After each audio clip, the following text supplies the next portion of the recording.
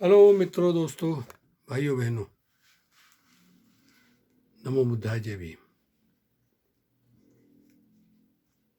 Buddha and his धम्मा, बुद्ध और उनका धर्म। इस किताब को भी, ये किताब है करीबन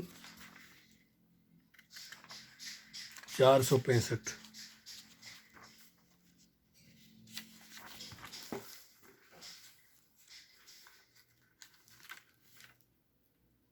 सड़सठ 467 पेज की ये किताब, ये हिंदी, इंग्लिश, पंजाबी, 3 भाषाओं का तो मुझे पता है, और भाषाओं में भी छपी होगी, मराठी में भी छपी होगी ये।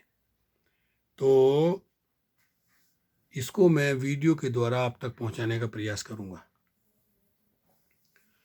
तो हम यहाँ तक पहुंच गए थे। तदनुसार सिद्धार्थ ने संघ को संबोधित किया, कृपया मेरे परिवार को दंडित ना करें, सामाजिक बहिष्कार द्वारा उन्हें कष्ट न दें, उनके खेत जब्त करके उन्हें जीविका विहीन न करें। वे निर्दोष हैं, अपराधी मैं ही हूँ, मुझे अकेले ही अपने अपराध का दंड भोगने दें।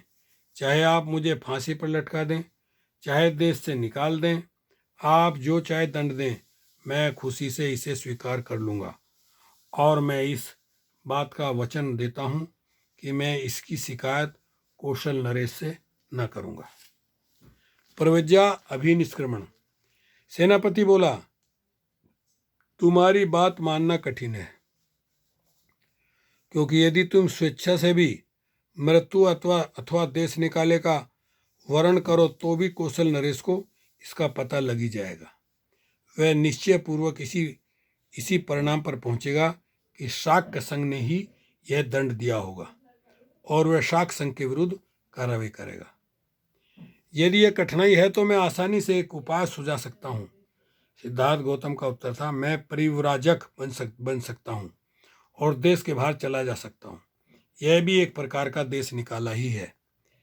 सेनापति ने सोचा कि यह अच्छा सुझाव है, किंतु उसे इसके कार्य रूप में परिणित होने में संदेह था। इसलिए सेनापति ने सिद्धार्थ से पूछा, बिना अपने माता पिता और पत्नी की अनुज्ञा के तुम परिव्राजक कैसे बन सकते हो? सिद्धार्थ ने उसे विश्वास दिलाया कि वह भरसक अनुमति प्राप्त करने का प्रयत्न करेगा और कहा, मैं वचन देता हूं कि चाहे अनुमति मिले और चाहे ना मिले, मैं तुरंत देश छोड़ दूंगा। संघ को लगा कि सिद्धार्थ का सुझाव ही इस विकट समस्या का सर्वश्रेष्ठ हल है। संघ ने इसे स्वीकार कर लिया। सभा के सम्मुख जो कार्यक्रम था उसे समाप्त कर संघ विसर्जित होने को ही था कि एक तरुण शाक ने अपने स्थान पर खड़े होकर कहा, कृपया मेरी बात सुने, मैं कुछ महत्व की सूचना देना चाहता हूँ। उसे बोलने की अनुमति मिली तो उसने कहा, मुझे इसमें तनिक संदेह नहीं कि सिद्धार्थ गौतम अपने वचन का पालन करेगा और तुरंत देश के बाहर चला जाएगा, लेकिन एक बात है जिससे मैं थोड़ा चिंतित हूं। अब जबकि सिद्धार्थ आंखों से दृश्य हो जाएगा तो क्या संघ का यही इरादा है कि कोलियों के विरुद्ध की घोषणा कर दी जाए? मैं चाहता हूं कि संघ पुनः इस बात पर गंभीरतापूर्वक विचार करे। कुछ भी हो, कौशल नरेश को सिद्धार्थ गौतम के देश निकाले का तो पता लगी जाएगा। यदि शाक्य तुरंत कोलियों के विरुद्ध युद्ध की घोषणा कर देंगे तो कौशल नरेश समझ जाएगा कि सिद्धार्थ गौतम ने इसलिए देश का त्याग किया होगा क्योंकि वह कोलियों के विरुद्ध युद्ध छेड़ देने का विरोधी था। वह हमारे लिए अच्छा न होगा। इसलिए मेरा प्रस्ताव है कि हमें सिद्धार्थ गौतम को गृह त्याग और कोलियों के विरुद्ध वास्तविक युद्ध छेड़ देने के बीच कुछ समय को यूं ही गुजार देना चाहिए, अन्यथा कौशल नरेश इन दोनों घटनाओं में संबंध स्थापित कर लेगा। संघ को लगा कि निश्चय ही यह बात महत्वपूर्ण है। नीति की दृष्टि से मान ली गई। इस प्रकार शाक्य संघ की यह दुखांत सभा समाप्त हुई और उस अलप मत ने भी, जो युद्ध का विरोधी था किंतु जिसमें अपनी बात साफ साफ कहने का साहस न था, संतोष की सांस ली कि एक अत्यंत भयानक स्थिति से किसी न किसी तरह पार हो गए।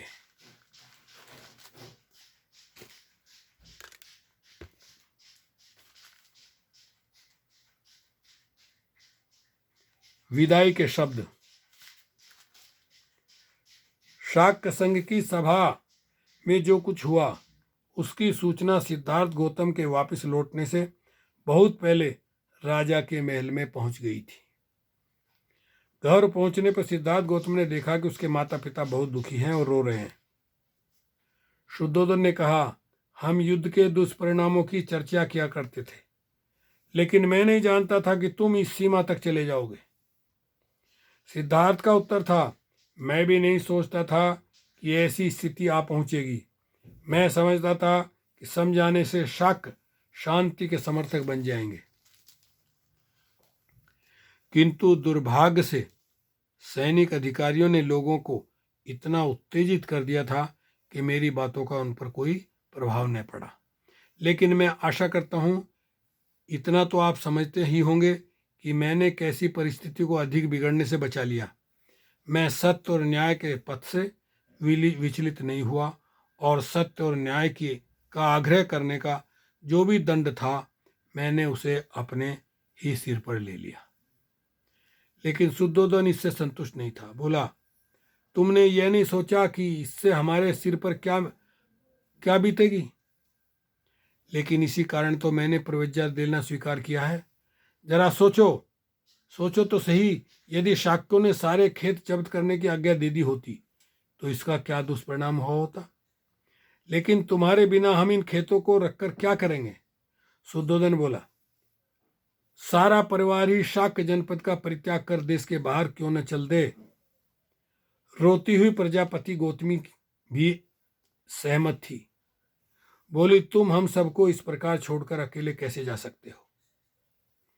सिद्धार्थ ने सांत्वना दी, माँ, क्या तुमने हमेशा छत्राणी होने का दावा नहीं किया? क्या ये ऐसा ही नहीं है? तुम्हें वीरता का त्याग नहीं करना चाहिए। इस प्रकार दुखी होना तुम्हारे लिए अशोभनीय है। यदि मैं युद्ध भूमि में गया होता और वहां जाकर मर गया होता तो तुम क्या करती? क्या तब भी तुम इसी प्रकार दुखी हुई होती? गौतमी बोली, नहीं, यह तो एक क्षत्रिय के योग होता। लेकिन अब तुम लोगों से दूर जंगल में जंगली जानवरों के साथ रहने जा रहे हो। हम यहाँ शांत कैसे रह सकते हैं? मैं यही कहती हूँ कि तुम हमें भी साथ ले चलो। सिद्धार्थ ने प्रश्न किया, मैं तुम सबको कैसे साथ ले चल सकता हूँ? नंद केवल एक बच्चा है। मेरे पुत्र राहुल का भी जन्म हुआ है। क्या तुम इन्हें छोड़कर मेरे साथ आ सकती हो? गौतमी को संतोष न हुआ। उसका कहना था, हम सब शाक्यों का देश छोड़कर कौशल नरेश की अधीनता में रहने के लिए कौशल जनपद में जा सकते हैं। गौतमी को संतोष न हुआ। सिद्धार्थ ने आपत्ति की, लेकिन मां, शाक्य क्या कहेंगे? क्या वे इसे देशद्रोह न समझेंगे? फिर मैंने वचन दिया है कि मैं वचन या कर्म से कोई ऐसी बात नहीं करूंगा कि जिससे कौशल नरेश को मेरी प्रवज्ञा का यथार्थ कारण ज्ञात हो सके। यह सही है कि मुझे अकेले जंगल में रहना होगा, लेकिन कोलियों के विरुद्ध लड़ाई में हिस्सा लेने और जंगल में रहने, इन दोनों में से अधिक श्रेयकर क्या है? इस बीच शुद्धोधन ने प्रश्न किया, लेकिन इतनी जल्दी किस लिए? शाक्य संघ ने अभी कुछ समय के लिए लड़ाई को स्थगित कर दिया है। हो सकता है कि युद्ध कभी छिड़े ही नहीं। तुम अपनी प्रवज्ञा भी क्यों नहीं स्थगित करते? हो सकता है कि शाक्य संघ तुम्हें यहां बने रहने को ये अनुमति दे दें। सिद्धार्थ को यह विचार सर्वथा नापसंद था, इसलिए उसने कहा, क्योंकि मैंने प्रविजित होने जाने का वचन दिया है, इसलिए शाक्य संघ ने अभी कोलियों के विरुद्ध युद्ध छोड़ना स्थगित किया है। यह भी संभव है कि मेरे प्रविज्ञा ग्रहण कर लेने पर शाक्य संघ और अपनी युद्ध की घोषणा को वापस ले लें, किंतु यह सब कुछ मेरे पहले प्रविज्ञा के ले लेने पर ही निर्भर करता है। मैंने वचन दिया है और मुझे उसे अवश्य पूरा करना चाहिए। वचन भंग का बुरा परिणाम हो सकता है, हमारे लिए भी और शांति पक्ष के लिए भी। मां, अब मेरे मार्ग में बाधक न बनो। मुझे आज्ञा दो और अपना आशीर्वाद। जो कुछ हो रहा है अच्छे के लिए ही हो रहा है। गौतम और शुद्धोधन मूक थे। तब सिद्धार्थ यशोधरा के कमरे में पहुंचे। उसे देखकर सिद्धार्थ के मुंह से वचन नहीं निकला। वह नहीं जानता था कि क्या कहे और कैसे कहे। यशोधरा ने ही मौन भंग किया। बोली, कपिल वस्तु में शाक्य संघ की सभा में जो कुछ हुआ वो सब मैं सुन चुकी हूं। सिद्धार्थ ने पूछा, यशोधरा मुझे बता कि तुझे मेरा परिचित होने का निश्चय कैसा लगा। सिद्धार्थ समझता था कि वो शायद यशोधरा बेहोश हो जाएगी, किंतु ऐसा कुछ नहीं हुआ। अपनी भावनाओं को अच्छी तरह अपने वश में रखकर उसने उत्तर दिया, यदि मैं ही तुम्हारी स्थिति में होती तो और दूसरा मैं कर ही क्या सकती थी। निश्चय से मैं कोलियों के विरुद्ध छेड़े जाने वाले युद्ध में हिस्सा नहीं ले सकती थी। तुम्हारा निर्णय ठीक है। तुम्हें मेरी अनुमति और समर्थन प्राप्त है। मैं भी तुम्हारे साथ परिचित हो जाती। यदि मैं नहीं हो रही हूं तो इसका मात्र यही कारण है कि मुझे राहुल का पालन पोषण करना है। अच्छा होता यदि ऐसा न हुआ होता, लेकिन हमें वीरतापूर्वक स्थिति का मुकाबला करना चाहिए। अपने माता पिता तथा पुत्र की चिंता न करना। मैं जब तक जीऊंगी उनकी देखभाल करूंगी। अब मैं इतना ही चाहती हूं कि अपने प्रिय संबंधियों को छोड़ छाड़ कर जो तुम परिचित होने जा रहे हो, तुम किसी ऐसे नए पथ का आविष्कार कर सको जो मानवता के लिए कल्याणकारी हो। सिद्धार्थ इससे बड़ा प्रभावित हुआ। इससे पहले उसने कभी नहीं जाना था कि यशोधरा इतनी दृढ़ थी, इतने वीर भाव से समन्वित थी और इतनी अधिक उदारशया थी। आज ही उसे पता लगा कि वह कितना भाग्यवान था कि उसे यशोधरा जैसी पत्नी मिली थी। आज भाग ने दोनों को पृथक पृथक कर दिया था। उसने उसे राहुल को लाने को कहा। एक पिता की वात्सल्यपूर्ण दृष्टि डालकर वह वहां से विदा हो गया। साथियों, बताना चाहता हूं कि मनुवादियों ने, ब्राह्मणों ने जो प्रचार किया वो क्या कि सिद्धार्थ गौतम पत्नी को, बच्चे को सोता हुआ छोड़ के चले गए। कितना गलत प्रचार किया। और ये पुस्तक लिखी भारत के सबसे विद्वान महान पुरुष परम पूज्य बोधिसत्व बाबा साहब डॉक्टर अम्बेडकर, जिन्होंने MA, MSc, PhD, DSc, LLD, DLitt, bar at law, JP Mumbai, Bharat Ratna, 27 डिग्रियों के ज्ञाता, 9 भाषाओं के ज्ञाता। उन्होंने त्रिपिटक, जो 2000 साल पुराना है, त्रिपिटक पाली भाषा में, वर्मा में है, उसको खरीदा, उसका अध्ययन किया और तब ये किताब लिखी नवीन बौद्धों के लिए, जो लोग बौद्ध होंगे। क्योंकि क्रिश्चियनों की बाइबिल है, मुसलमानों की कुरान है, सिखों का धर्म ग्रंथ है, गुरु ग्रंथ है, हिंदुओं के उनका तो कहना ही कुछ नहीं। उनके तो 4 वेद, गीता, रामायण, महाभारत, प्रेम सागर, उपनिषद, पता नहीं क्या क्या है। लेकिन जो बाबा साहब अम्बेडकर के 7 बुद्ध बने थे, उनके लिए क्या जानकारी जरूरी है, इसलिए ये पुस्तक लिखी गई, बुद्धा एंड हिज धम्मा। देखिए, इसमें सच्चाई बताई गई है। इसके अलावा भारत के एक और अरबपति आदमी AK मोदी, ये नरेंद्र मोदी नहीं, ये दूसरे मोदी हैं, AK मोदी, उन्होंने करोड़ों रुपया खर्च करके 55 एपिसोड बनाए तथागत गौतम बुद्ध के जीवन पर। उसको आप YouTube पे निकालें और देखें शुरू से आखिर तक। उसमें भी ये दिखाया गया है कि किस तरह से पहले उसने उनसे कहा, यशोधरा ने उस एपिसोड में ये दिखाया है कि यशोधरा कहती है, ठीक है, तुम जो है रात को जाना, दिन में मैं तुम्हें जाते हुए देख नहीं पाऊंगी।